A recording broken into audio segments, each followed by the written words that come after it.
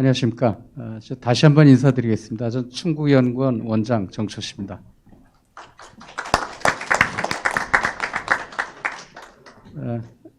우리 충북연구원은 충청북도에서 100% 출자하고 출연해서 지역 도정을 개발하고 그리고 그것을 실제로 실행 계획을 세우고 하는데 기여하는 지방연구원입니다.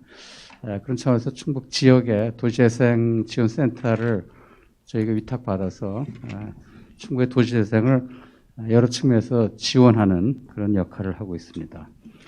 이제 오늘 그 세 분의 발제자의 발표를 듣고 이제 네 분의 패널 토론을 듣고 그리고 또 플로어에서 이 의견을 듣고 그리고 혹시 줌에서 질문이나 이런 사항이 있으면은 그걸 메모를 받아서 그걸 다시 발제자 혹은 토론자분들이 답변하는 이런 걸로 마무리하도록 하겠습니다. 다시 한번 우리 발제자와 토론자를 소개하도록 하겠습니다. 먼저 발제자는 다 아시다시피 제일 왼쪽부터 우리 이경기 박사님입니다. 그리고 그 바로 옆에 황희연 원장님이십니다. 그리고 제 제일 오른편에 박소연 원장님이십니다. 그리고 지정 토론자 네 분을 소개해 드리도록 하겠습니다. 제 바로 옆에 대한국토도시계획학회 김현수 회장님이십니다. 그 바로 옆으로 한국도시설계학회 이재선 회장님이십니다. 그리고 저 오른쪽으로 바로 옆에 이 한국도시재생학회 김항집 부회장님이십니다. 그리고 옆에 대한건축학회 한동욱 부회장님이십니다. 먼저 패널 지정 토론은 시간상 한 분당 10분을 드리도록 하겠습니다. 혹시 한 분이 10분을 덜 채우시면은 제가 사인을 드릴 테니까 다른 분이 10분을 더 하셔도 되겠습니다. 그래서 충분한 아마 이 패널 토론에서 10분 드리는 건 아마 굉장히 긴 시간을 드린 거니까 충분히 토론해 주시면 고맙겠습니다. 먼저 우리 대한건축학회 한동욱 부회장님 토론 부탁드리겠습니다. 예, 무엇보다 먼저 우리 충북대학교가 주축이 돼서 이 지역의 지역 거점 도시재생 전문 인력 양성 기관으로서 첫 발을 내딛게 된 걸 이제 축하드립니다.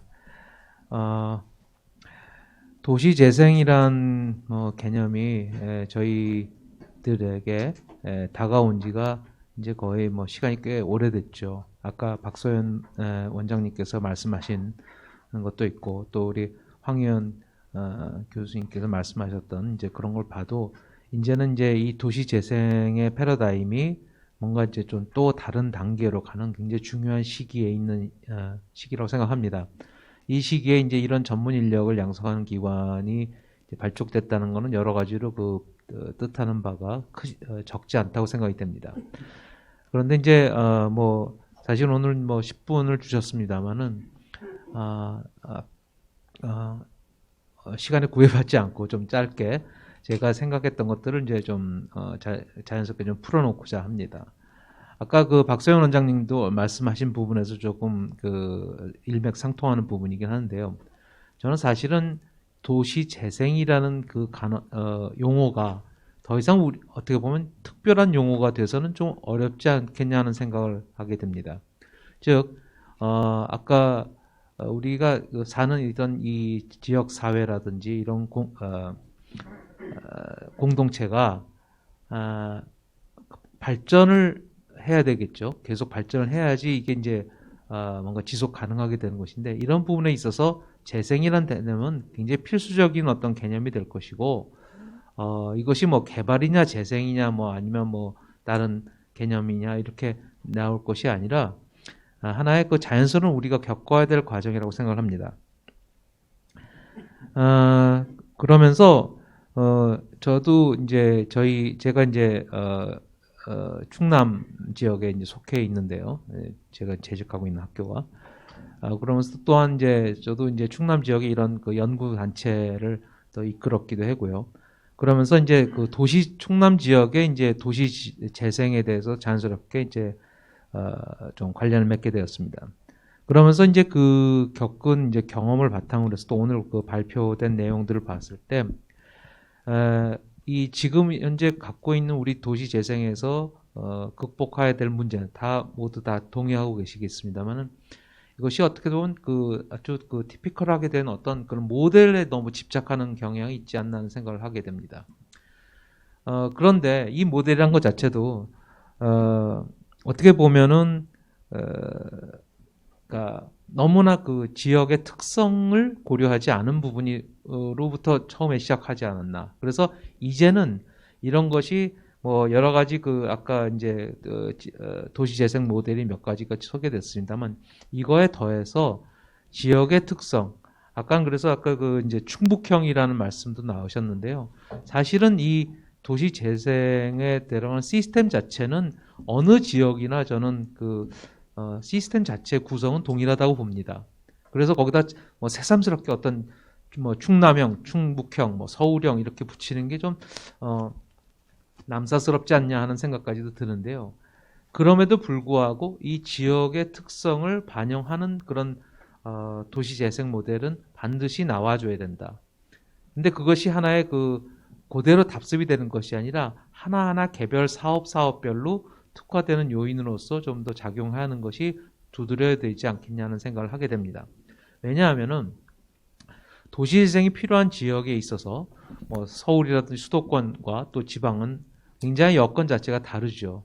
출발점 자체가 다릅니다. 그런데 우리가 서울에서 성공했던 어떤 도시재생 모델을 여기다가 이식시켜가지고 그대로 될 수 있다는 것은 그건 넌센스라고 생각이 들어요. 그럼에도 불구하고 많은 지역 전문가들이 하면서 처음에는 어떤 이런 모델들이 이제 부족했던 상황이었었으니까 그런 성공적인 모델을 가져와서 이식시키는데 이제 급급했던 부분이 있는 것이죠. 그런 부분들 우리가 이제 좀 생각을 해야 되겠다 싶고 그러면서 이 교육기관이 그런 것들을 탈피하는 어떤 중요한 전기를 마련해 주시라 기대합니다. 또한 그 도시 재생에 있어서 아까 농촌 재생이란 말씀도 하셨는데요. 이것보다 이제 전체적으로 지역 재생이란 개념으로 총괄하는 것이 좋지 않겠는가 하는 생각이 듭니다. 그래서 우리가 이제 우리가 아프면은요 치료를 받지 않습니까? 그리고 어떤 이제 장기가 고장이 나면 이식도 받고요. 또 그걸 인공 장기로 대체하기도 하죠.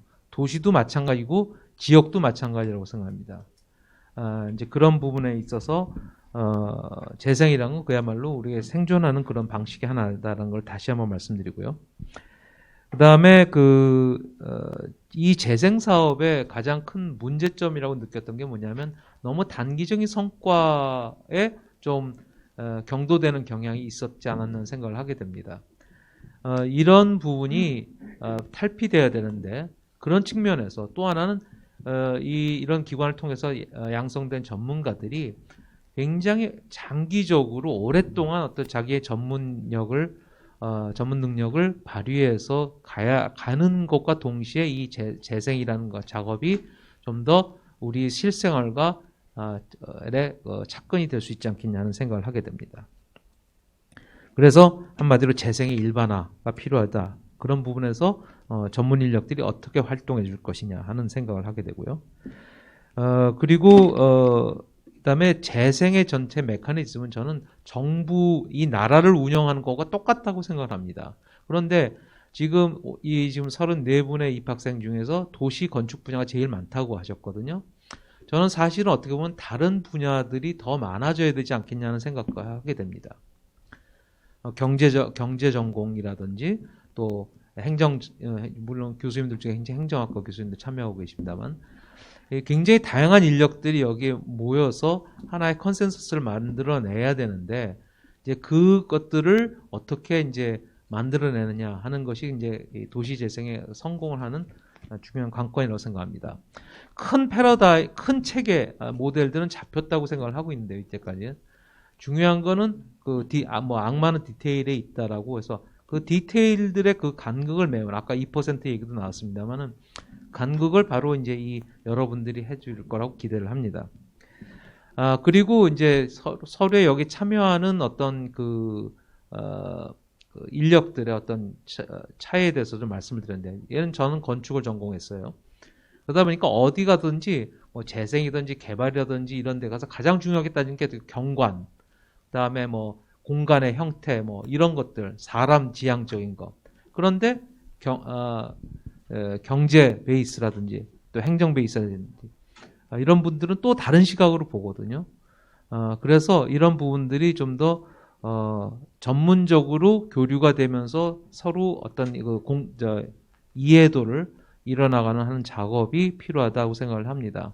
굉장히 일반론적으로 얘기를 하면서 시간을 오히려 더 길게 잡아먹었는데, 또 충분한 얘기는 또 필요한 얘기는 이제 질문이 있으면 거기에 대해 답을 하겠습니다. 감사합니다. 감사합니다. 굉장히 짧은 시간에 많은 얘기를 해주셨습니다. 아시다시피 그 5개의 이 재생 사업이 있는데, 저도 이거 우리 재생지원센터에서 하면서 이 각 지역 특성이 있는데 이걸 5개 카테고리에 딱 묶어서 한다는 게 과연 이게 제대로 사업을 할 수 있을까라는 의문이 늘 들었는데, 역시 우리 전문가께서 그런 제안을 해주셨습니다. 우리 다음에는 이 대한국도도시개혁학회 우리 옆에 김현수 회장님 토론 부탁드립니다. 예, 감사합니다.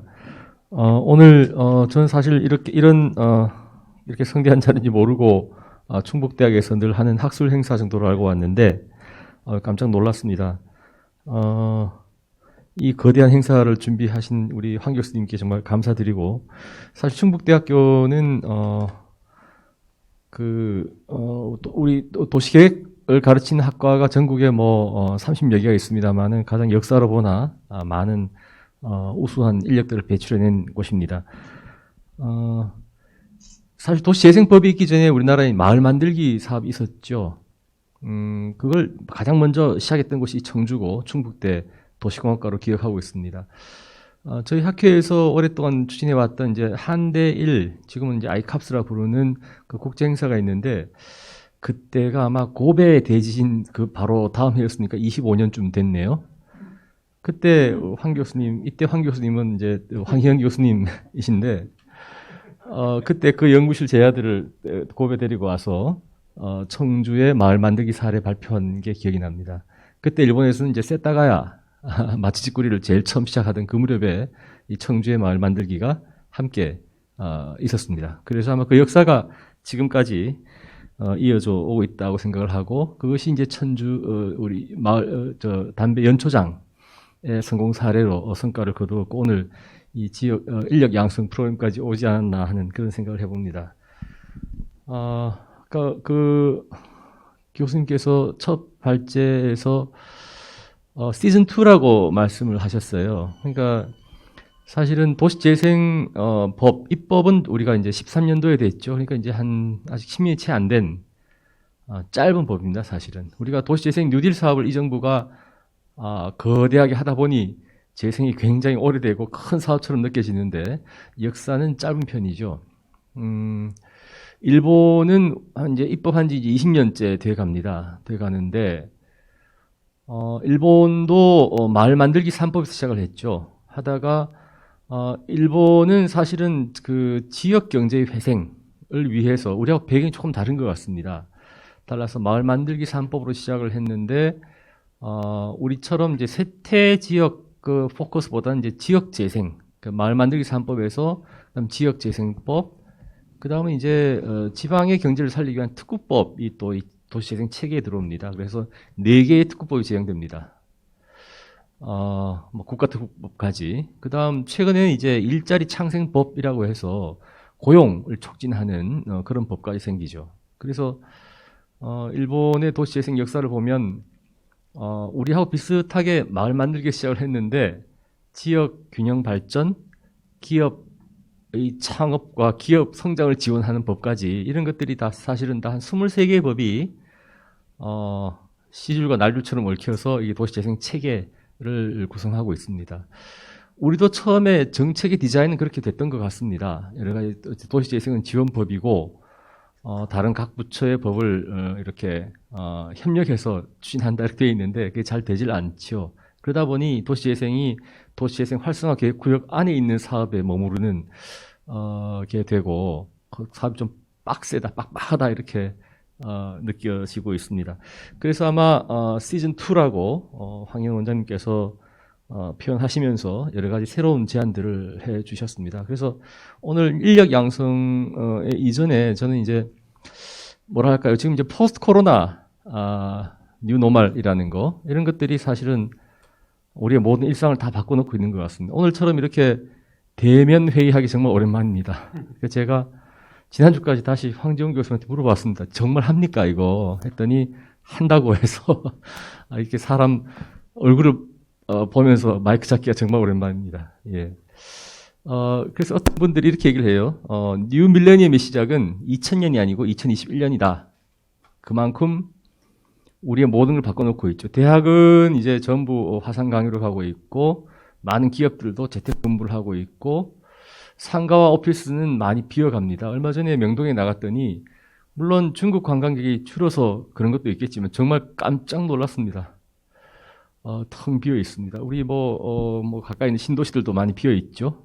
그런 것들이 과다 공급돼서 있겠지만, 온라인 쇼핑의 영향인데, 이런 것들이 이제 돌아올 수 없다 하는 거죠. 저희 학회도 그 도시 TV 통해서 보시면은 많은 유튜브 송출을 하고 있습니다. 아마 백신이 이제 완벽하게 공급된 이후라도 분명히 오늘처럼 온오프라인을 병행하는 이런 컨퍼런스가 대종이 되지 않을까 생각을 하거든요. 자, 그래서 이제 포스트 코로나 도시 재생을 우리가 다시 한번 그려보자. 그래서 13년도에 만들어진 법이 꼭 도시 재생의 진리는 아닐 것이다 생각을 합니다. 그래서 지난 1년 사이에 어떤 변화가 있었는가 하면, 저는 그 좀 격차가 커지고 있다 생각을 합니다. 그래서 지금 네이버, 카카오 이런 데는 5조를 기부해서 공익재단을 만들겠다. 우리나라도 이제 애플과 구글이나 마이크로소프트, 빌 게이츠 같은 사람이 나와서 이제 공익재단을 만들기 시작하는 거죠. 대신에 지역에 있는 이 지방 산단의 세태가 엄청나죠.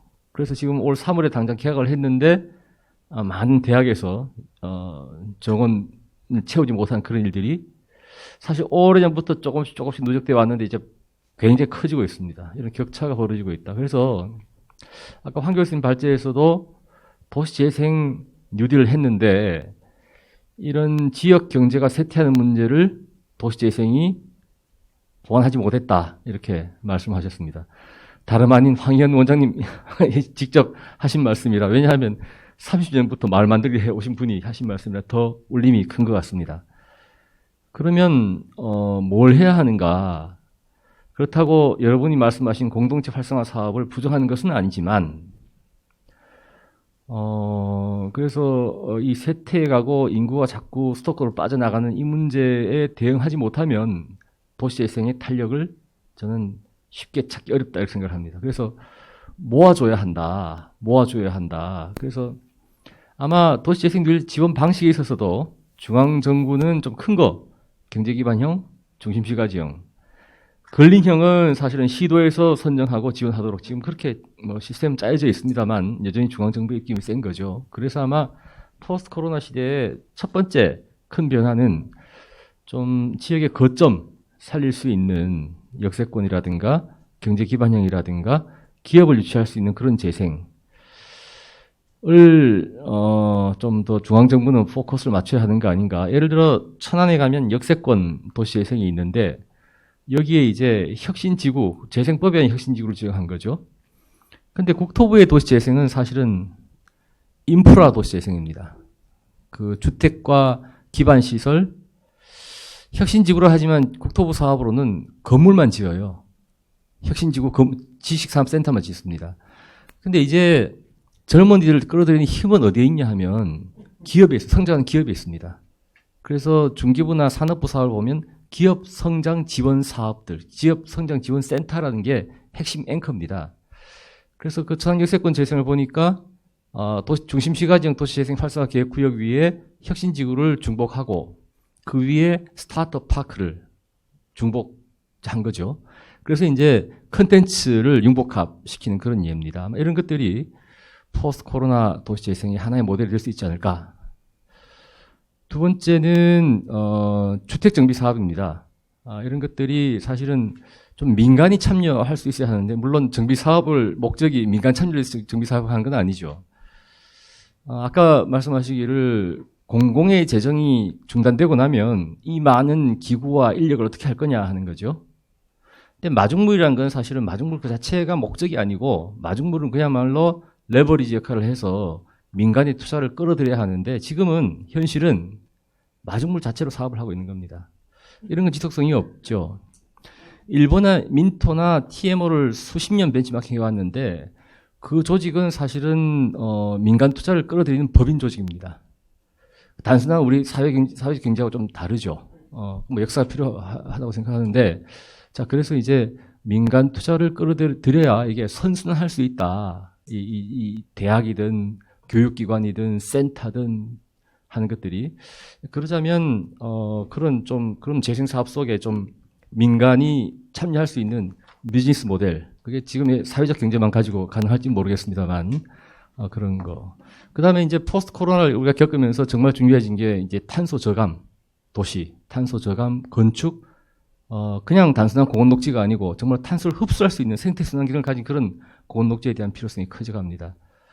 뭐 등등 해서 이제 아마 도시 재생도 이렇게 시즌 2에서 또 다른 스텝으로 변화해 가야 하는 거 아닌가, 이제 그런 생각을 하고 있습니다. 그래서 아마 오늘 이 역량, 우리 새로운 교육 프로그램 출발에 이런 고민도 함께 녹아들었으면 하는 바람에서 말씀을 드렸고, 다시 한번 지역 거점 대학 육성과 지원 지정에 축하를 드리고 초대해 주셔서 감사드립니다. 감사합니다. 김현수 교수님 감사드립니다. 그 포스트 코로나 도시재생이라는 새로운 또 화두를 던져주셨습니다. 아마 이전의 방식과 다른 좀 새로운 방식이 필요하다라는 말씀을 주신 것 같습니다. 우리 세 번째로는 우리 한국도시설계학회 이재선 회장님을 모시겠습니다. 예, 반갑습니다. 오늘 이렇게 귀한 자리에 이렇게 토론자로 초청을 받아서 너무나 감사합니다. 사실 오늘 이 자리에 특히 이제 황현 원장님이나 아니 우리 박소연 원장님은 사실은 도시 재생 관련해서 우리 황 원장님은 전국적으로, 또 박소연 원장님은 또 서울에서 첫 발자국을 많이 띄셨던 분들, 저는 뭐 개인적으로 그 이후 세대다 저는 이렇게 생각을 하고 있습니다. 그런 귀한 분들이 또 같이 자리에 모여서 우리 도시 재생의 그 과정 또는 그다음에 교육기관들을 만드는 것을 이렇게 축하하는 자리에 같이 함께 모일 수 있다는 것이 저 스스로도 상당히 기쁘게 생각을 합니다. 특히 또 이제 안상욱 교수님 같은 경우는 워낙 또 그런 부분에서 많이 하셨기 때문에 아마 교육을 받으면서 많은 이야기를 들을 것 같습니다. 아까 박소연 원장님이 아우리 자랑을 하셨거든요. 그게 대표는 그런 걸 해야 된다. 저도 도시설계학회를 좀 자랑을 하고 싶습니다. 사실 이런 프로그램을 만든 게 저희 학회에서 2019년에 연구를 했습니다. 도시재생 인력 양성 과정이라고 하는 거를 했고, 그해 11월 달에 저희들 공청회를 통해서 인력을 어떻게 양성할 것인가, 그 자격은 어떻게 할 것인가, 그들은 어떻게 인력 활용을 할 것인가. 그래서 이러한 지금 지역거점 교육기관의 탄생을 저희들이 그렸고, 그것이 필요하다라고 하는 것, 그 다음에 석박사 과정의 프로그램에 만드는 것에 대해서 저희들이 제안을 했던 것들이 이렇게 실행됐다는 것 자체가 저희 학회로서는 상당히 크게 기쁘게 좀 생각을 하게 됩니다. 그래서 조금 자랑을 했습니다. 개인적으로 저는 이제 이러한 도시재생과 관련해서 공기업에서 처음으로 92년도에 들어가서 일을 했던 게 재개발 업무였습니다. 근데 대학원을 마치고 나서 재개발 한 번도 교육과정에서 들어보지 못했던 건데 실무에서 재개발 업무를 하고, 그 당시에는 재개발이라고 하는 것에 있어서 몇 가지 사업밖에 없었거든요. 재개발, 재건축, 그다음에 공장 재개발. 이렇게 했었던 것인데 아무도 가르쳐 주지 않았어요. 뭐 어떻게 하는 건지도 모르고 딸랑 도시 재개발법 책 하나 법 던져주고 사업을 해야 된다. 이제 우리 안상욱 교수님 계시지만 그렇게 했었거든요. 아무도 가르쳐주지 않고. 그때 이제 초창기였기 때문에. 그렇지만 지금은 그런 것들을 할 수 있는 기회가 생긴다라고 하는 거 엄청난 진일보다 그것들이 상당히 오래 걸렸습니다만. 그러면서 또 저 개인적으로 아까 그 황현 원장님도 말씀하셨지만 개인적으로도 이제 신촌 도시재생이라고 해서 근린재생을 한 5년간 해봤고 지금 이제 중심시가지형 2군데를 하고 있습니다. 그러면서 이제 개인적으로 이제 여러 가지 것들을 하면서 느끼는 것들, 또 학생들을 어제 이제 첫 개강하면서 저도 이 과목을 가르치고 있습니다만 그런 것들을 통해서 이러한 필요성과 기관의 협조 이런 부분들은 상당히 많이 느끼고 있습니다. 그래서 저는 그냥 이렇게 부탁의 말씀을 좀 드리도록 하겠습니다. 사실 아까 이렇게 보면 아까도 우리 건축학계 부회장님 말씀하셨습니다만 도시재생을 주도하는 사람들의 많은 부분들이 하드웨어를 하는 건축이나 도시나 이런 쪽에 사실 집중되어 있는 것이 사실입니다. 그것들이 그동안에 우리의 70년대, 80년대, 90년대의 모습이었기 때문에 아마 지금도 계속해서 가고 있는 것 같은데요. 사실은 이제 지금까지 그렇게 했기 때문에 어느 정도 성과가 있었다고 그러면 조금 더 아까 말씀하신 것처럼 인문학, 사회학, 뭐 이런 심리학 이런 부분들까지 같이 해서 하는 부분들이 필요하다. 그런 부분에 있어서는 사실은 현장에서 일을 하다 보면 총괄 코디나 센터장으로 하다 보면 제일 중요한 게 갈등 관리, 그 다음에 커뮤니케이션 이론, 그 다음에 조직 관리입니다. 이런 부분에 대해서 아까 아쉽게 커리큘럼이 없어요. 저는 이런 것도 되게 주장하고 그런 부분이 도시공학과에는 사실은 앞으로 도시공학과나 건축과에는 이런 커리큘럼들이 들어와야 된다. 학과가, 과목이. 근데 사실은 공대에 소속해 있다 보니까 물론 인문에 소속해 있기도 합니다만 이런 것들이 없어요. 근데 현장에서는 이게 가장 중요합니다. 주민들하고 대화하고 주민들하고 센터하고 공무원들 일어나는 갈등들 그 다음에 여러 가지 조직들이 있는데 이것들을 어떻게 관리하고 운영해 나갈까라고 하는 부분들이 필요한데 어떤 그런 부분에서 하드웨어적인 것들이 어느 정도 성숙됐기 때문에 그런 부분에 대한 것들도 우리가 한번 고려를 해봐야 된다는 말씀을 드리고 싶고요. 두 번째로는 제가 말씀드리고 싶은 것들은 많은 이제 이런 인력 양성들을 지금 하고 있는데요. 향후 이 목표와 대상, 도시재생에서 하게 될 목표와 대상이 뭘까? 기존에서 물리적인 것들을 상당히 많이 했는데 더 그런 것들을 좀 찾아야 되지 않겠는가. 도시는 계속해서 오래되고 그렇습니다. 전 최근에 신도시를 이렇게 만드는 것에 이렇게 참여하고 있는데 얘도 조금 있으면 20, 30년 되면 재생해야 되는데 야 이거 재생할 때 어디를 또 한번 고칠까 뭐 이런 생각도 막 들더라고요. 그런 것들을 할 수 있게 이걸 좀 유연하게 해야 되지 않을까? 너무 경직되게 만들면 안 되지 않을까? 이런 생각들을 하거든요. 그래서 그런 부분에 대한 것들도 향후 우리의 살고 있는 도시에 계속해서 놓아가지고 지금처럼 그전에는 휴먼웨어를 강조해서 커뮤니티의 역량 강화를 했고 그러다가 기반시설 지금은 주택까지 가고 있거든요. 원래 주택을 안 하려고 그러다가 이제 그러면 이제 뭐 이런 것들도 좀 한번 생각을 해봐야 되겠다라는 생각이 들고요. 세 번째로는 이런 것들을 통해서 저는 갖고 있는 것 중에 큰 특징은 도시재생이 갖고 있는 비판은 다 똑같다. 활성화 계획을 보면 카피앤페이스트라고 얘기하는데 이제는 지역의 거점 대학을 중심으로 해서 지역을 아는 인력들이 양성되고 그분들이 지역 맞춤형 도시재생을 할 수 있는 기회가 만들어졌다라고 저는 생각을 합니다. 그렇기 때문에 이제는 지역에서 차별화되는 재생이 실제로 할 수 있겠다. 서울에서 내려오는 것들이 아니라 아니면 서울에 있는 기업들이 엔지니어링 회사나 건축 회사나 이런 데서 만들어내는 판박이형이 아니라 정말로 지역의 인재들, 지역의 특성을 아는 그런 부분들이 되어 있기 때문에 좀 더 그런 부분들에서 상당히 지역을 중심으로 하는 재생이 앞으로 이어질 수 있도록 노력을 해야 되겠다는 생각이 들고 마지막으로는 이겁니다. 석사 박사 과정이면 아마 그냥 학점만 듣고 졸업할 수도 있겠습니다. 어떻게 프로그램마다 다를 것 같아요. 근데 아마 논문을 쓰고 연구를 할 것 같아요. 이것이 정말로 강조되어야 된다.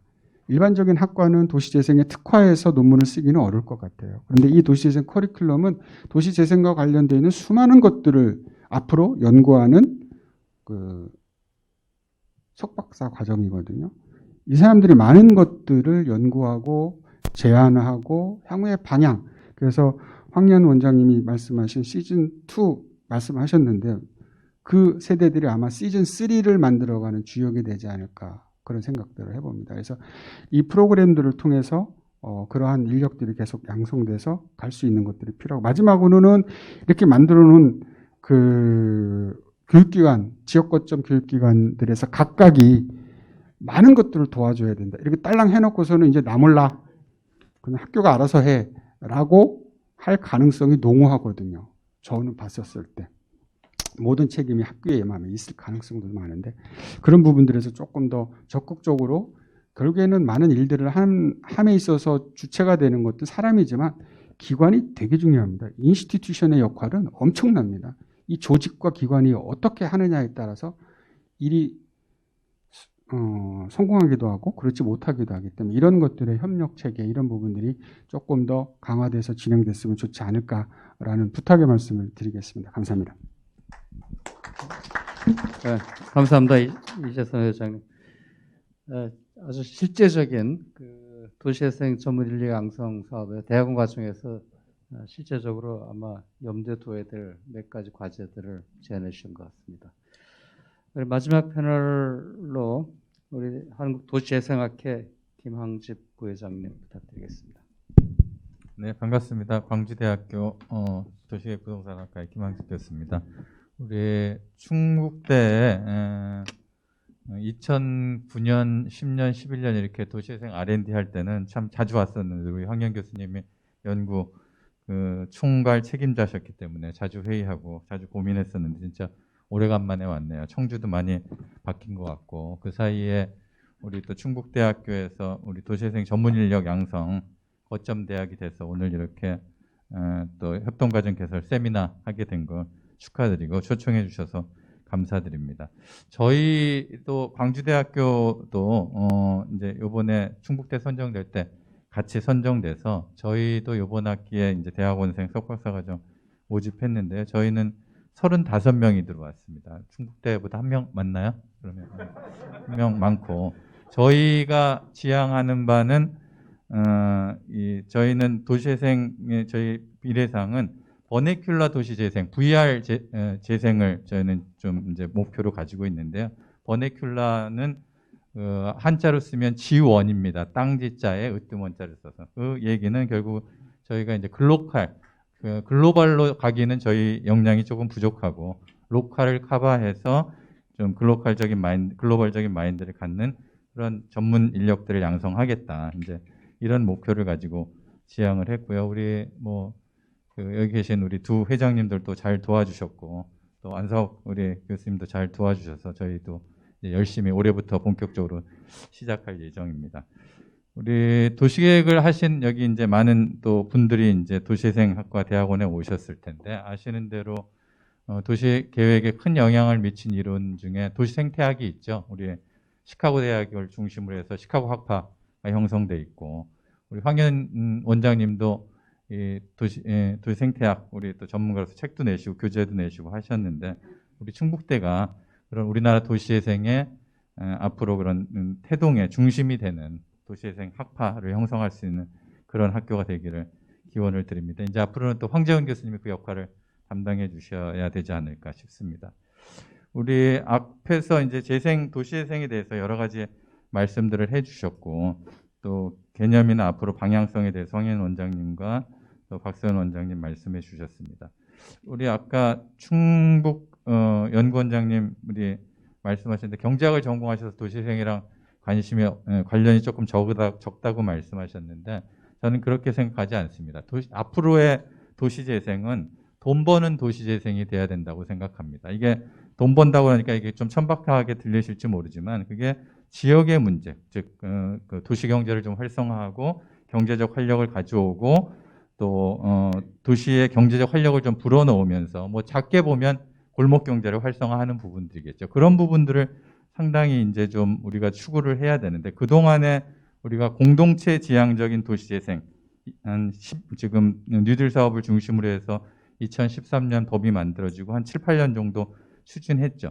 일단은 그거는 저는 굉장한 성과라고 생각을 합니다. 왜냐하면 지금 우리 서울을 중심으로 해서 수도권 집중이 되고, 지방은 아까도 여러 가지 위기들을 얘기해 주셨지만 지역 도시들은 굉장히 이제 침체를 겪고 있는데, 그럼 지역에서 우리가 찾을 수 있는 희망은 뭐냐 보면 결국은 도시재생이 갖는 이런 공공성, 공동체성이 굉장히 중요하다고 생각이 됩니다. 물론 이제 도시재생 공동체성만 가지고 진행될 수는 없기 때문에 거기에 지금 우리가 조금 부족한 수익성이나 사업성을 보완을 해야 되겠죠. 하지만 이 공동체성이 그동안 7, 8년 동안 도시재생의 근간으로 근린재생이 자리 잡으면서 사실은 우리 지역에 특히 이제 농촌 지역 우리 아까 건축학회 부회장님도 말씀하셨지만 지역재생이라는 측면에서 보면 지금 소외되고 낙후된 이 지역 지방의 농촌 지역 또는 중소도시 이런 데들에 있어서 도시재생은 그 지역 특성을 반영한 상당한 기반을 마련했다고 생각이 됩니다. 그러니까 재생에 대한 눈높이를 어떻게 가져갈 것이냐, 어떻게 바라볼 것이냐에서 물론 사업성만 바라보고 사업성만 따질 수는 없겠지만 우리 이 공동체가 주는 어떤 소속감이라든가 안정이라든가 위안이라든가 이 도시와 마을에서 제공할 수 있는 바로 이런 부분들의 우리 도시재생이 그런 사회적 편익을 상당 부분 주었다라고 생각을 합니다. 첫 번째는. 그리고 지금 뭐 주택 부족 문제 때문에 신도시도 개발하고 또 뭐 대대적으로 공공주택단지들 만들고 있습니다만 그런 사업을 통해서는 다 서울과 유사한 어떻게 보면 서울의 변두리를 만드는 게 지방에서 이루어질 수밖에 없는데 도시재생을 통해서 나름대로 지역 문화나 지역 환경이나 지역 경제를 잘 살리는 물론 규모가 크지는 않습니다. 그동안까지는 규모가 크지는 않았지만 그런 부분들의 그 기반을 상당히 마련하는 데 성과가 있지 않나. 그런 부분들은 우리 연구원에서 앞으로 조금 발굴을 해주시면 좋을 것 같습니다. 두 번째는 이제 그렇다고 사업성이나 수익성을 무시할 수는 없죠. 그래서 앞에서 우리 김현수 회장님도 말씀하셨지만 민간 투자 이런 부분들이 적극적으로 필요하고 사회적 경제나 청년 벤처가 필요한데 다만 요즘 이익 공유제 이런 개념들도 나오고 있어서 뭐 찬반 논란이 있습니다만 적어도 도시재생으로 진행된 사업에서의 민간 투자는 모든 그 개발 이익을 그 민간 회사가 다 가져가서는 안 되고 적정 이익을 보장해주고 나머지 부분 지역에 재투자해서 같이 공생하는 관계를 만들어주는 그런 제도 개선이 상당히 필요하지 않을까 싶습니다. 그래서 사실은 이 도시재생이 이제 앞으로 황현 원장님 말씀하신 대로 시즌 2가 필요한데 개혁과 혁신이 필요한데 저는 개인적으로는 지금 도시재생 사업의 체계를 대대적으로 좀 바꿔야 될 필요는 있다고 생각합니다. 그동안의 근린재생의 성과를 바탕으로 해서 도시재생, 재개발, 재건축, 도시개발 이런 칸막이들을 도시 전체 지금 사업 지구도 사실은 굉장히 칸막이가 돼 있고 사업 내용들도 칸막이가 돼 있어요. 그거를 도시재생 촉진지구와 같은 개념으로 종합적인 사업들, 재생이 필요한 데들도 있고 신개발이 도시 내에도 필요한 데들이 있거든요. 복합 기능이 들어가야 될 때도 있고 그래서 결국은 21세기 도시에 맞는 도시 경쟁력 강화를 상당히 한 축으로 육성을 해줘야 근린재생을 통해서 마련된 이 공동체성과 앞으로 도시의 어떤 그 개발 가능성 또 혁신 이런 부분들이 진행이 되지 않을까 싶습니다. 그러려면 제도적으로도 우리 도시재생 R&D 하면서 상당히 논의했던 그런 포괄보조금 부분들이 상당히 지원이 돼야 되는데 지금 아시는 대로 지방 중소도시나 농촌 지역들 보면 다 이게 돈단지가 다 달라가지고 문화부에서 주는 돈, 농림부에서 주는 돈, 환경부, 국토부에서 주는 돈 다 다른 주머니를 차고 있어서 이게 실과에서도 연계가 안 되고 비슷비슷한 사업들을 굉장히 중복적으로 하고 있는 거죠. 그래서 그런 부분들이 이제 이 도시재생을 중심으로 사실은 도시 혁신 사업으로 가면은 제일 좋겠다라는 생각을 갖고 있는데 제가 다행스러운 건 아까 황현 원장님도 강조하셨지만 그 연계 사업들, 그 중앙 부처의 연계 사업들 그런 부분들이 이제 앞으로 여러분이 대학원에서 상당히 많이 배워야 될 부분입니다. 뭐 문화부에서는 문화도시나 또 청년기업이나 또 중기부에서는 상권 르네상스, 농림부나 해수부 아까 말씀하셨던 이제 어촌 뉴딜 이런 부분들이 서로 연계되면 굉장한 그 지역 발전에 효과를 낼 수 있을 것 같아요. 작년에 제가 문화부랑 같이 문화도시 심사를 쭉 다녀보니까 거기는 상당히 도시재생하고 연계를 잘하고 있는 게 도시에서 만들어진 플랫폼을 이용해서 도시의 문화적 향유와 문화적 수준을 높이는 사업을 하도록 아예 가이드라인상에 그렇게 돼 있더라고요. 그래서 아까 보여주신 군산이나 이런데 이제 후보로 돼 있었지만 이번에는 이제 뭐 익산 이런 데들이 됐습니다만 하여튼 그런 사업들이 된다 그러면 도시재생과의 시너지 효과를 굉장히 일으킬 수 있는 그런 부분이 되지 않을까 싶습니다. 정리하면서 여러분들이 이제 대학원에 와서 앞으로 도시재생 코디네이터로서 또 도시재생 전문가로서 이제 그 교육을 받으시고 연구하고 스스로 이제 자격을 갖춰서 이제 나가실 텐데 당연히 그런 이 학교에서 배우는 지식과 기술을 바탕으로 하되 현장에서 앞에서 회장님들 말씀하셨지만 현장에서 역량 있는 이 도시재생 전문가가 되려면 저는 황현 원장님 아까 이제 오픈마인드 말씀하셨는데 저도 비슷한 경청이 굉장히 중요하다고 생각이 됩니다. 경청하는 자세와 그 들을 줄 아는 능력, 태도. 우리 현장에서 하다 보면 사실 많은 분들을 만나게 되죠.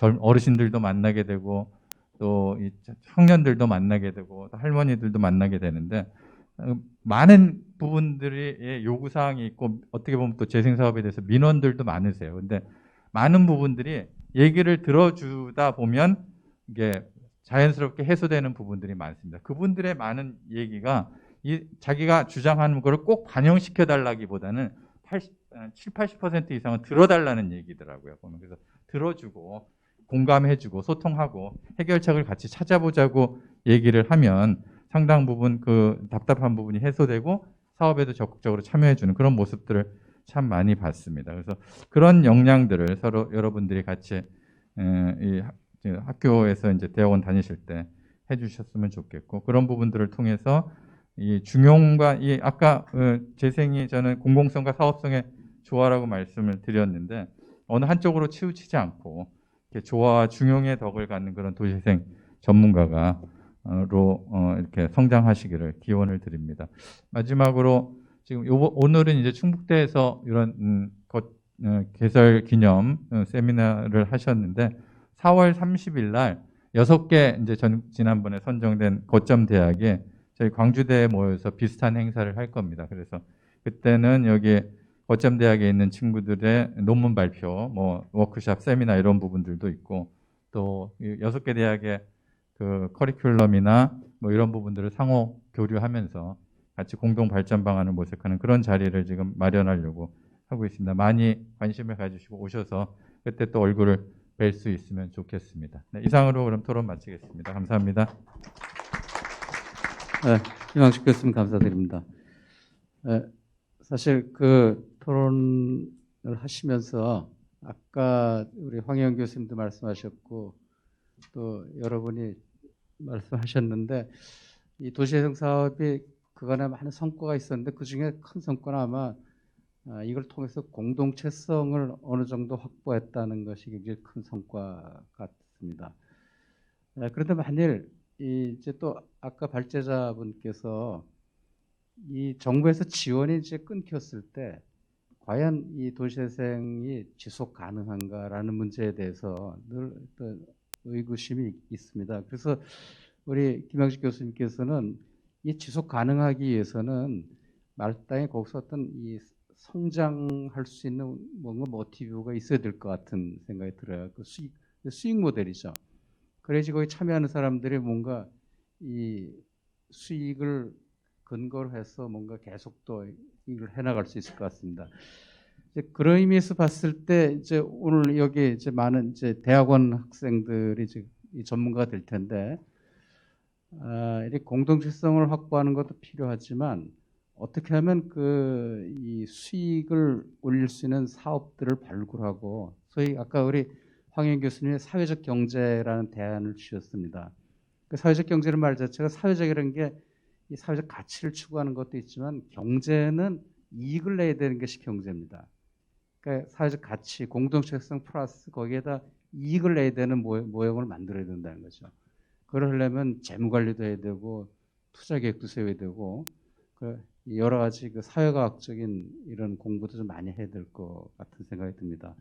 오늘 네 분의 그 고정 패널 분들의 토론을 들었습니다. 다들 전문가시기 때문에 뭐 한 자리도 빼놓을 수 없는 이런 아주 뒤지고 말씀해 주셨습니다.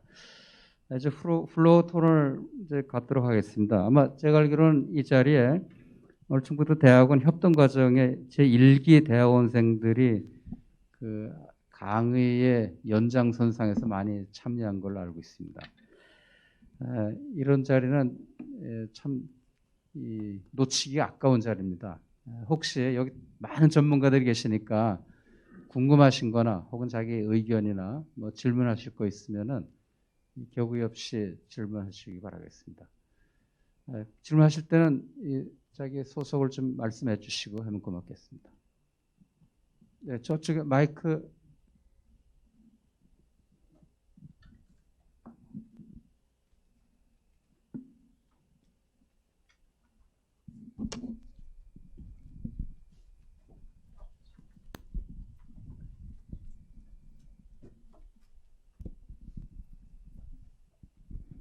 예, 안녕하세요. LH 충북지역본부에서 온 조성민 차장대우라고 합니다.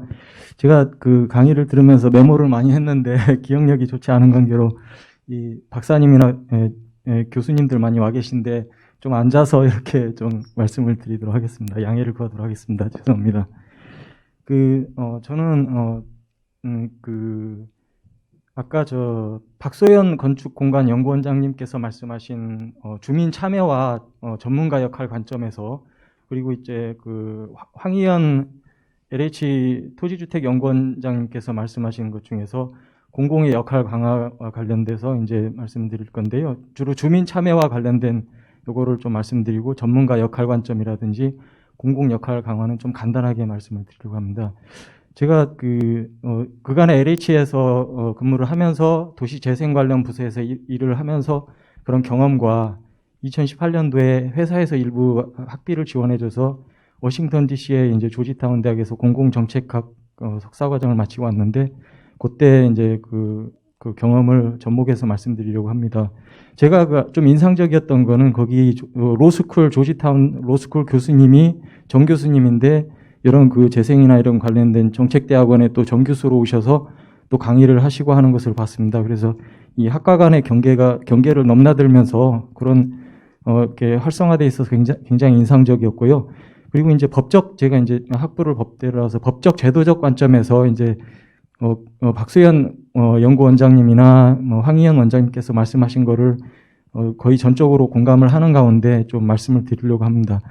주민 참여 관련해서 아까 이제 박 원장님께서 계획 참여는 주민의 권리고 민주주의 실현이라고 말씀하셨는데, 또 전문가들이 지역을 배우는 기회이기도 하고 불필요한 갈등을 줄임으로써 궁극적으로 개발과 재생이 더 원활해질 수 있다고 하셨는데, 제가 2011년도에 가정 오거리 도시개발 사업이라고 해서 루원시티 사업이라고 하는 꽤 대규모의 도시개발 사업 그쪽에 재생 이런 사업인데 도시개발법에 의해서 했습니다만은, 그때 15,000여 세대를 이주를 시켜야 됐습니다. 제가 갔을 때 아주 극렬히 끝까지 반대를 하시는 한 500여 세대가 남아서 전임자가 아니라 400여 개 세대를 대상으로 명도 소송 내지는 퇴고 소송을 진행 중이었고, 제가 가서 또 추가적으로 한 150여 건을 해야 되는 상황이었는데, 이 재소전 화해모 조서라고 해서 그분들이 일정 기간까지 퇴거를 하면은 임료 상당 부당이득을 수천만 원에서 수억 정도 지고 있었는데, 그걸 면제해주는 이런 식으로 해서 퇴거를 하고 이제 진행을 한 게 있습니다. 갈등이 발생한 대표적인 사례라고 볼 수 있는데요. 미국에 보니까 이제 CBA라고 해서 Community Benefit Agreement라고 하더라고요. 지역사회 이익 협약이라고 해서 그런 경우에 적용하면 어떻겠나 정책 제안을 하고 싶습니다. 즉 이거는 기존의 개발은 인허가권을 가지고 있는 지자체가 있고, 거기 이제 LH나 지방공사나 민간 이런 디벨로퍼가 개발업자가 있고, 이제 사업 당사자는 어디까지나 주체는 두 당사자입니다. 그리고 주민들은 어떤 희망사항이 있다고 하더라도 지역의 국회의원이나 이런 힘 있는 분들을 압력을 해서 간접적으로 이렇게 의사 표출을 하지, 그분들의 의견이 법적인 구속력이 있거나 그렇지는 않습니다. 그런데 CBA 같은 경우는 3당사자가 아까 주민 협의체하고 디벨로퍼, 인허가권자, 시나 이런 쪽이 3당사자가 계약 당사자가 되고 법적인 구속력이 있습니다. Legal Binding Force, 법적 구속력이 있고, 이 계약으로 하는 사례도 있고요. 주민들의 합의나 이런 토론 문화가 성숙한 그런 지자체는 그런 방법이 적합할 것입니다. 근데 디트로이트 같은 경우는 조례로 올디넌스 조례로 해가지고 일정 규모 이상의 사업은 예를 들어 뭐 700억 이상의 사업은 그 의무적으로 이런 CBA를 뭐 구성해서 주민들이 참여해서 그 사업이 원활하게 스무스하게 진행이 되도록 할 수 있게끔 하는 걸 봤고요. 반면에 이제 좀 작은 규모, 인천에서 이제 주거환경 개선 사업지구에 일했었는데 그때 대연학교디 사업지구라고 해 동산재능대 사업지구였습니다. 사업비가 한 400억 정도의 아주 그 작은 규모였는데 그 주로 이제 서민들을 위한 그런 그 어포더블 하우스, 그 저렴한 주택을 지어서 주민들을 재정착을 시키려고 했는데 제가 모든 그 가능한 수지 분석을 수지 타산 분석을 했습니다. 이 코스트 베너핏 어널리시스를 했는데 어떻게 해도 그 수지를 맞출 수가 없습니다. 그래서 그 당시에 LH에서 진행하는 모든 주거환경 개선 사업이 올스톱 됐던 상황이었습니다.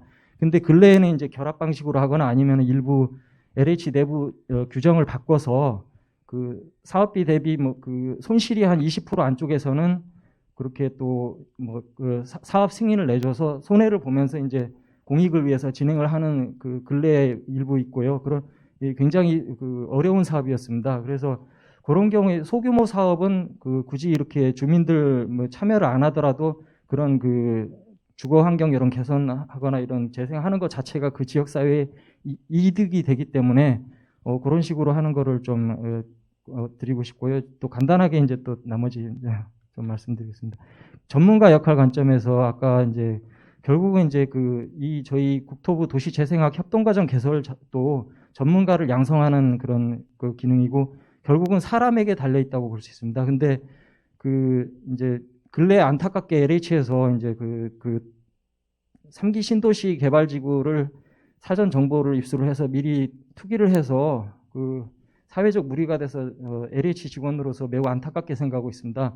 제가 말씀드리고 싶은 것은 전문가를 양성하는 것도 중요하지만 이런 전문가들이 정말로 전문가다운 프라이드를 가지고 일을 할 수 있게끔 제대로 된 보수나 급여를 정말 제대로 주고서 일을 시켜야지 정말 가능하다고 생각하고 아주 특별히 예외적인 그런 성공 사례들을 보면은 어떤 변호사라든지 이런 액티비스트들이 굉장히 투철한 사명감에 의해서 적극적으로 장기간 활동을 했을 때 그런 사업이 이제 성공적인 경우가 많았는데 그런 경우를 기대하기는 굉장히 힘들다고 생각합니다. 그래서 그런 관점에서 이제 뭐 한 가지 격가지로 말씀드리자면 예를 들어 충북대나 서울대 로스쿨에서 학생을 채용을 할 때 100명이 정원이라고 하면 그중에 한 5명 정도는 도시재생 분야에서 일을 하는 거를 전제로 해서 뭐 3년간 학비나 이런 거를 다 대주고 그 교육기관의 배수만큼 그 역할을 한 다음에 타 지역에 가서 다른 업무로 개업을 한다든지 뭐 그런 식으로 하는 것도 고려를 해볼 수 있겠고요. 마지막으로 공공의 역할 강화 관련해서 황 원장님 말씀 관련해서 이 랜드뱅크 제도, 토지은행 제도를 활성화해야 된다고 생각합니다. LH한테만 있는 걸로 알고 있는데 지자체도 이런 향후에 이제 집가 상승을 대비를 해서 미리 뭐 빈집이나 이런 거를 토지를 비축해뒀다가 수선을 해서 지역에 이제 대학생들이나 이런 스타트업 하는 젊은이들을 위해서 뭐 아주 거의 공짜로 이렇게 하면서 재정착을 유도한다든지 궁극적으로는 그런 게 어느 정도 축적이 됐을 때 그거를 이제 LH나 지방공사나 이런 그런 쪽에 줘서 무상으로 줘서 이제 수지를 공기업이기 때문에 수익을 극대화할 필요는 없지만 그래도 이제 어느 정도 수지 뭐 타산이 맞아야 적자는 안 나야지만 납세자로서의 시민들은 공적 영역이라고 하더라도 그런 부채가 늘어나면 싫어하기 때문에 서스테이너블한 지속 가능한 그런 도시 재생을 위해서는 그렇게 랜드뱅크 제도를 적극 활용해서 토지를 비축해서 공공에서 개발을 할 수 있도록 뭐 일자리라든지 이런 것도 연계를 해서 일정 규모 이상은 그렇게 하는 게 어떻겠는가 제 제언을 말씀드리고 싶습니다. 감사합니다. 네, 감사합니다. 우리 5번째 패널 들어오는 거 아주 그냥 감사합니다. 혹시 또 플로어에서 조 교수님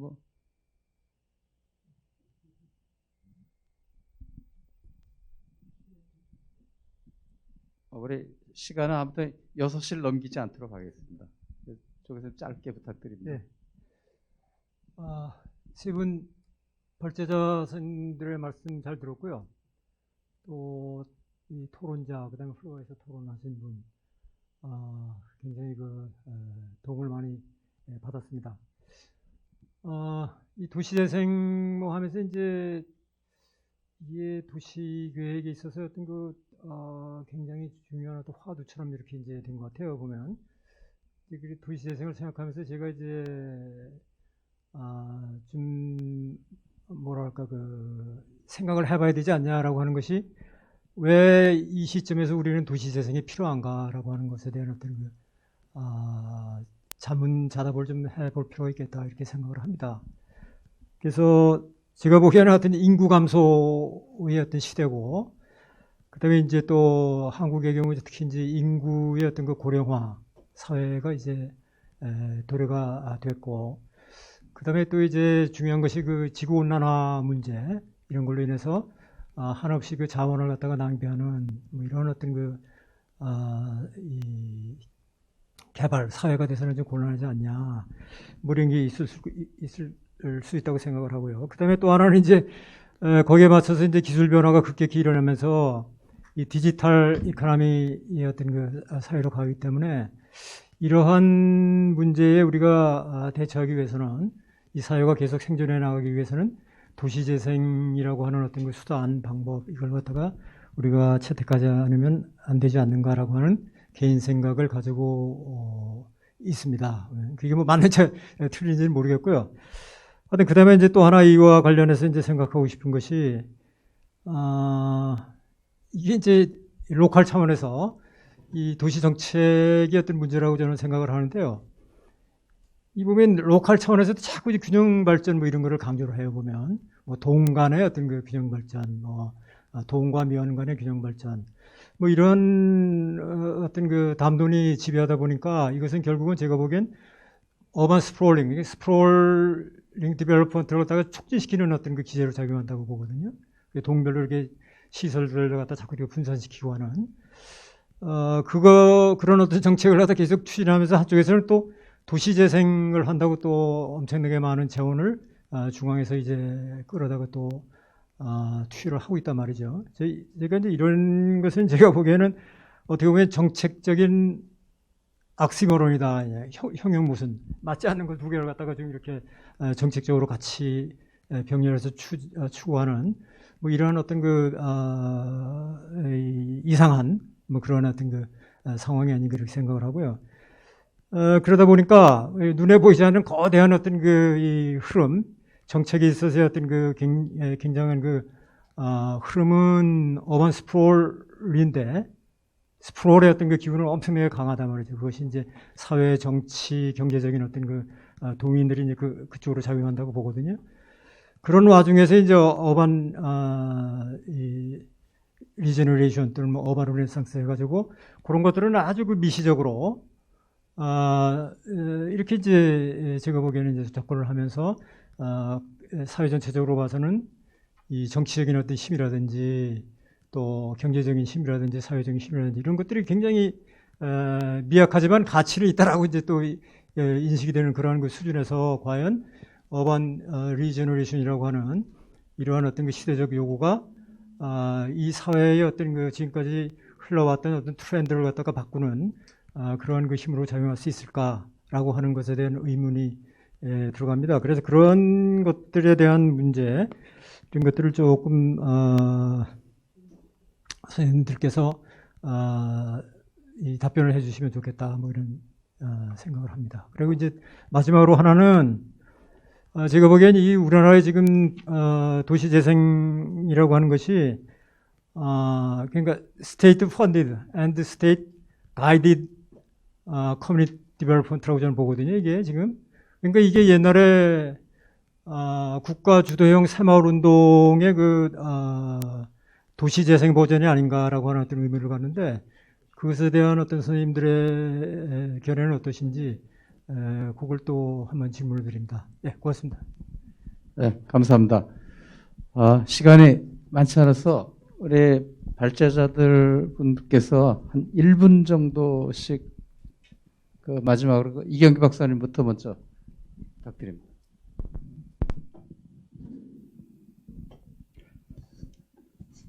예, 감사합니다. 우리 도시 건축, 설계, 또 재생 쪽에서 우리나라의 그 학회에 대표 되시는 분들께서 지역 맞춤형, 또 지역 밀착형, 또 충북, 그것이 이제 뭐 저희 지역으로는 충북형 이런 거에 대해서 언론적으로 맞다라고 이렇게 관심을 가져주신 거에 대해서 굉장히 좀 감사하게 생각을 드리고, 저희 연구원 산하에 또 충북학이라고 하는 것이 있습니다. 지역의 정체성과 이런 것들을 좀 밝혀내는데, 앞으로 저희 원장님께서 또 지원을 해주신다면 충북학과 도시재생 학연구소하고 도시재생 지원센터하고 함께 또 세미나도 할 수 있지 않겠는가라는 생각이 들었습니다. 그리고 사실 오늘 참 황 교수님, 황현 원장님, 황재훈 교수님, 양황 교수님 말씀이 굉장히 많이 나온 것 같습니다. 그래서 저는 앉아서 이렇게 생각을 해봤어요. 제가 그 석사 논문을 바로 여기 수동 도시 서민층 주거지역에서 물리적 환경과 사회적 행태의 상관성이라고 하는 거를 썼습니다. 그때 이제 황 교수님한테 지도를 받고 했는데 제가 계산을 해봤어요. 그때 황 교수님 연세가 어떻게 되시나 보니까 34이셨더라고요. 그래서 이 도시를 보는 관점과 철학 이런 부분들이 사실 물리적인 그런 교육에서 사회경제적인 또 이런 것까지를 젊은 그 시절부터 그런 그 철학적 바탕이 있어서 오늘의 그 도시 재생의 큰 흐름을 흐름에 있어서 큰 역할을 하지 않으셨나 하는 그런 생각을 좀 해봤습니다. 그리고 바로 전국의 그 학회장님을 또 이렇게 끌어오신 우리 황재훈 교수님의 그 마당발. 그래서 저는 충북도시재생센터를 좀 맡고 있습니다만은 두 분이 계셔서 전국적으로 이 충북형의 도시재생을 이렇게 또 지원하고 하는 데 있어서 정말로 큰 힘이 되겠다 이런 그 좀 자신을 또 갖고 굉장히 자랑스럽습니다. 그리고 마지막으로 한 가지 잠깐 말씀드리면 저는 그 박소영 교수님 정말 그 김중업 우리나라 건축의 대가신데 그 지붕 옥상을 활용해서 실제로 스케이팅 보드를 하면서 젊은 청년을 이끌고 도시의 활력을 불어넣는 그런 어떤 그 프로그램 이런 부분에 대해서도 정말 결과적으로 물리적 개선뿐만이 아니라 또 사회경제적인 또 프로그램적인 이런 부분들을 충북의 도시 재생에서 어떻게 또 접목시킬 것인가라고 하는 그런 부분에 대해서 앞으로 또 전국적으로 또 유명하신 우리 오늘 참석하신 교수님 많은 좀 도움을 부탁드리면서 마치겠습니다. 고맙습니다. 예, 그 회장님들 뭐 끌려왔다 그러는데 끌려오신 건가요? 제가 조금 좀 말씀 좀 드리겠습니다. 우선 LH 차장님이 질문하신 그 랜드뱅크 뭐 전적으로 공감합니다. 뭐 현실적으로 그렇게 쉽지는 않겠지만 뭐 필요한 사항인 것 같고, 졸조주 교수님께서 딜레마 3가지 말씀하신 거 전적으로 공감하고 그런 갈등이나 딜레마를 안고 재생 사업을 할 수밖에 없는 뭐 그런 현실에 대해서도 저도 좀 가슴 아프게 생각을 합니다. 제가 아까 20분 시간에 쫓겨서 조금 드리고 싶은 말씀을 못 드렸는데 제가 조금 한 1~2분만 좀 쓰겠습니다. 97년도에 90년대 중반에 서울의 그 잠실 일대 강남권 재건축 사업이 대대적으로 발표하면서 거기에 대한 문제 의식을 갖고 서울에서 이제 경실련의 도시개혁센터를 만들고 거기에 도시재생위원회라는 것을 만들어서 그 97년도입니다. 제가 이제 초대 위원장으로 이제 활동을 했었는데 아마 그게 우리나라에서 도시재생이라는 용어를 아마 처음 사용할 때가 아닌가 싶습니다. 그때나 그 후에 2000년대 도시재생 R&D 2007년부터는 도시재생 R&D를 추진할 때나 또 제가 맡은 R&D에서 법 초안을 만들도록 되어 있었는데 그 법 초안을 만들 때나 그 초안을 국회에서 국회의원들하고 같이 실제 그 축조 심의를 하고 촉하는 과정에서나 도시재생에 대한 굳은 믿음이 있었습니다. 도시재생은 재개발, 재건축에 대한 재건축 문제를 해결하는 수단이어야 된다라는 믿음을 가지고 그 긴 시간 동안 연구를 하고 법을 만드는 데 참여를 했습니다. 그래서 도시재생은 가능한 보존을 하고 가능하면 이해 당사자들이 합의를 해서 같이 수기해서 만들고 그래서 그 과정 속에서 잃어버린 공동체를 회복시키는 것을 도시재생의 중요한 목표이자 수단으로 그렇게 설정을 해왔습니다. 그리고 그 믿음을 가지고 국가 R&D 테스트베드 현장 3년 동안 했고 또 몇 군데 직접 현장에서 주민들과 함께 지피기도 여러 가지 도시재생 사업도 벌려왔습니다. 그러길 한 20년 정도 시간이 지나면서 느낀 게 정말 이렇게 해서 쇠퇴한 원도심, 쇠퇴한 도시경제를 도시재생을 통해서 회복시킬 수 있겠는가 하는 회의가 오기 시작했습니다. 그러면서 여전히 그때도 보존, 공동체 중심의 재생의 가치를 인정을 하면서도 뭔가 다른 한 축에서 실질적으로 도시 원도심에 사람이 들어올 수 있고 정조할 수 있고 또 도시 잃어버린 쇠퇴한 도시 경제를 회복시킬 수 있는 사업화 재생이 함께 가야 되겠다 하는 생각을 하게 되었습니다.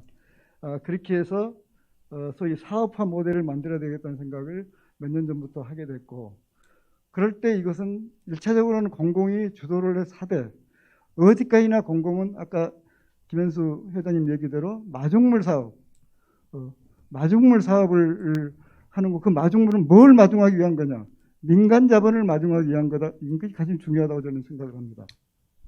그래서 앞으로 도시재생이 사업화 모델이 한 축에서 같이 가야 되겠고 거기에 민간 자본이 참여할 수 있는 그 판을 어떻게 만들어 줄 것이냐. 그리고 다른 한 축에서는 주민공동체 중심의 재생은 일본에서 하고 있는 도시재생 회사, 뭐 주식회사, 도시회사와 같은 형태가 그래서 일본이 그걸 만들었구나. 그리고 이제 민터와 같은 소위 민간 자본이 참여하는 그런 틀, 이런 것들이 정말 우리한테 필요하지 않느냐라는 생각을 하게 됐습니다. 다시 말씀드려서 도시재생에는 두 얼굴이 있다. 한 축에서는 보존을 하고 공동체 중심으로 가야 되는 한 축하고 또 한 축에서는 쇠퇴한 지역을 정말 살릴 수 있는 사업화 모델을 지향하는 두 얼굴을 동시에 가지고 추구해야 될 게 도시재생이 아닌가 이런 생각을 하게 됩니다. 그래서 도시재생을 하는 학도들은 이 도시재생의 두 얼굴에 대한 갈등과 고민을 끊임없이 하면서 여러분만이 가지고 있는 도시재생의 자신의 가치를 만들어가기를 부탁드리겠습니다. 고맙습니다. 네, 박서로.